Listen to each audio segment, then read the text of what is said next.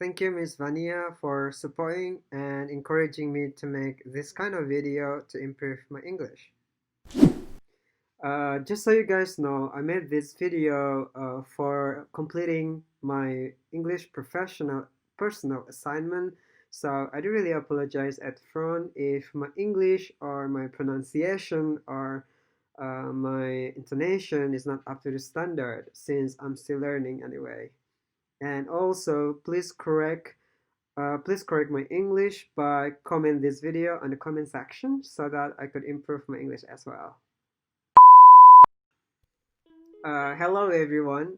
My name is Amry and currently I am studying at BINUS University Online Learning, majoring in business management. Besides that, also I am working in hospitality industry as well. In today's video, I'm gonna talk about three things. The first one, is English really important? And the second one, what are the challenges for me to speak in English?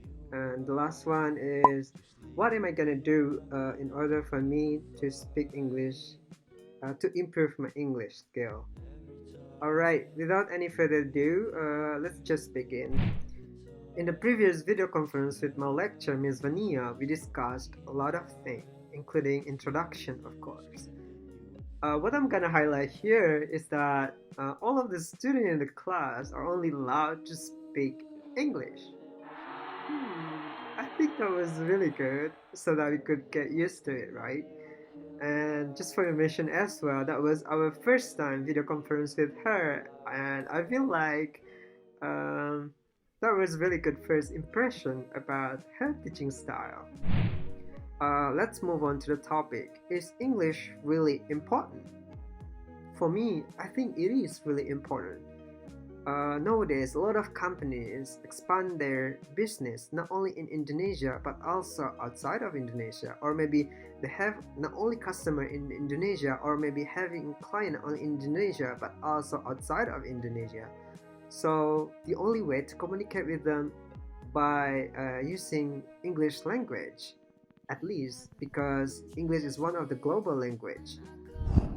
So when I see some of the vacancy and some of the job board, English is not point plus anymore, but is kind of basic requirement for company to hire an employee.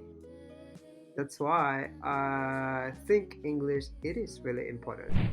So I know that English is not point plus anymore and is one of the basic requirement, but there are some challenges for me to speak English. Like there are some obstacles that I need to handle to learn this language. So the first one is that the environment that I live in. Just because a lot of people think that when we practice or when I practice English in the public or maybe in front of my friend, they think that I'm not patriotic enough, or they think that my English is not good enough. So they think, why you speak English rather than Bahasa? Your English is not even good. That's the reason why I think not only me, but also most of us don't have any confidence to speak English. The other reason is that we are not practicing enough. We just learn, but after that we don't use it in a daily life. Actually, not only learning language but also learning anything, if we don't put any action or we don't apply whatever we learn, it's not gonna be useful, or it's gonna be waste just because we just learn and after that we will forget it. So we have to use it in order for us to master it. So we are coming to the last part, which is what am I gonna do in order for me to improve my English skill. I think there are a lot of things that I'm gonna do to improve my English.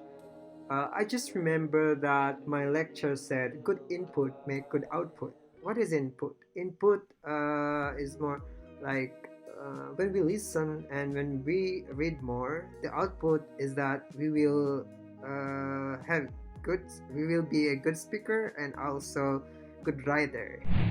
So I think I'm gonna listen more to English podcasts. Currently, I'm listening to Ali Abdal podcast. Actually, he is a YouTuber as well, and I found that his content is really beneficial because he shares a lot of thing about education, and also his English is understandable, so it's easy for me to learn. And sometimes I put subtitle English subtitle on YouTube so that I could understand, but then sometimes I turn off the subtitle so that I could listen more, or else I just listen from his podcast.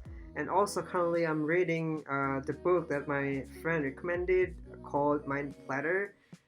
That book is really good as well, and the English is not really heavy like Harry Potter. It's really understandable, I think, for a beginner like us.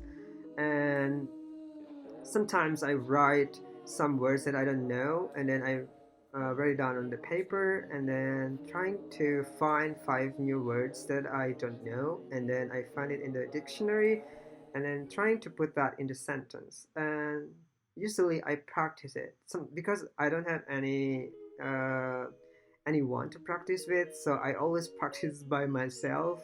It's kind of funny, but I think it's really helped a lot. And also, actually, there are a lot of app that has language things. I think called Tandem.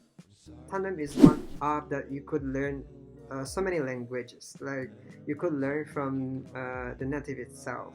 So yeah, but for me, I think it's much better to have a partner in real life so that I could practice more.